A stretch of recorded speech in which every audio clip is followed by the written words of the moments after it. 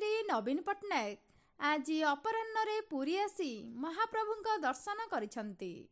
अपराह्न माटीतोटा हेलीपैड्रे पहुंचवा पर जिलापाल समर्थ वर्मा और एसपी डॉक्टर कन्वर विश्वाल सिंह तांकु स्वागत करथिले। मुख्यमंत्री समंगठारु श्री सेतुदेई जगन्नाथ वल्लभ पिलग्रिम सेंटर रे पहुंची थिले। सेठारु श्रीमार्ग देई सिंहद्वार रे पहुंची थिले। परे अरुण स्तंभ निकटकू पतितपावनଙ୍କୁ दर्शन करी 22 पाहाच देई श्रीमंदिर रे प्रवेश करथिले। श्रीजीउमानଙ୍କୁ दर्शन करी निजर भक्ति नैवेद्य अर्पण करथिले। मंदिररू फेरिबा परे श्रीमंदिर परिक्रमा प्रकल्प को बुली देखि निजर खुशी व्यक्त करथिले।